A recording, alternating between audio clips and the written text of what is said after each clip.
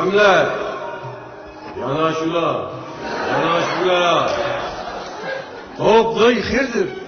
Mahallemizden çıktık ayıtlık demezsin nereye gidiyor babam lan? Üşüla. Yavaş ye. Çıkırma. Dediklerime kulak ver. Ya evvel Allah antenler açık alavet bakayım dayı ne diyorsun sen ya? Bu dünyada beni dezgeye getirdiler.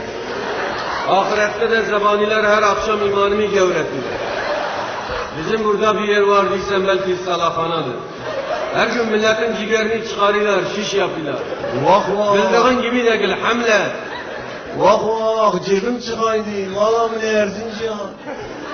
Günahın gelmesin bana, kurmi. Yalnız sana aşkım sırrı kulağına aç, iyi dinle. Ya sen dedik antenler açık alavet ha. Ne diyorsun ya? Vallahi billahi. Dinleyince de keyfini almaya hazır olasın. Buyur.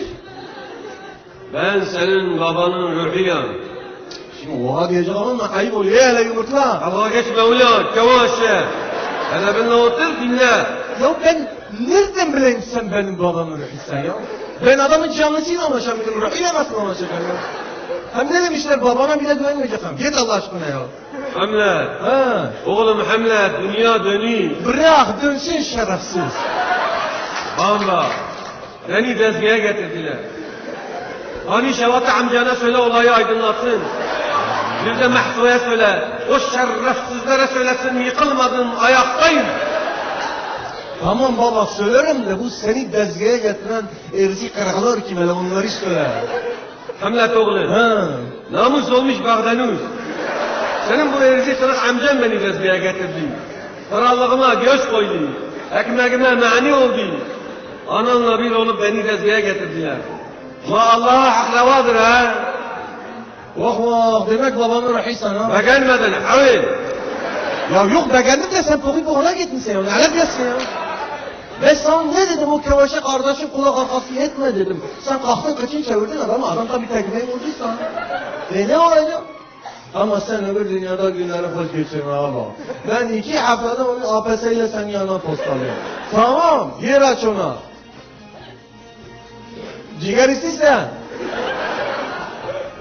Ayık olasın. Tamam. Domuzdan ne koparsan kârdır. Ya tamam.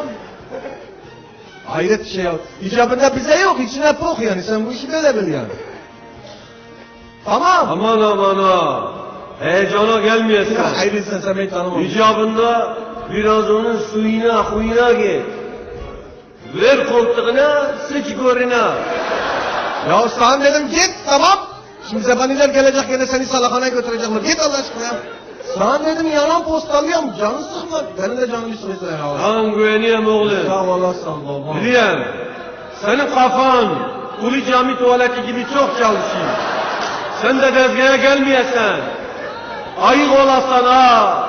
Hadi eyvallah Hamlet. Ya hop ya baba sen bu kafayı benzetecek başka çalışacak bir alet bulamadın mı? Bari deseydin Microsoft Word gibi çalışayım. O nedir ki? Ya espri yaptım gitsin sen Microsoft Word bilemedin. Allah'ım ya Rabbim ya. Sonunda Hamlet tabi sloganını atıyor. Hey 50-50-100 biz Danimarka çocuğuyuz. Özgürler köpeğimiz, cariyeler hizmetçimiz var mı bize yan bakanına diyor. Ve bütün Danimarka halkına olan son konuşmasını yapıyor. Ey Danimarka halkı. Sonu gelmez bu yollarda.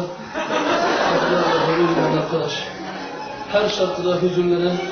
Ben o hasretin, ben o gurbetin, ben o toprağın oğluyum arkadaş. Yıkılmadım ayaktayım. Dertlerimle baş başayım.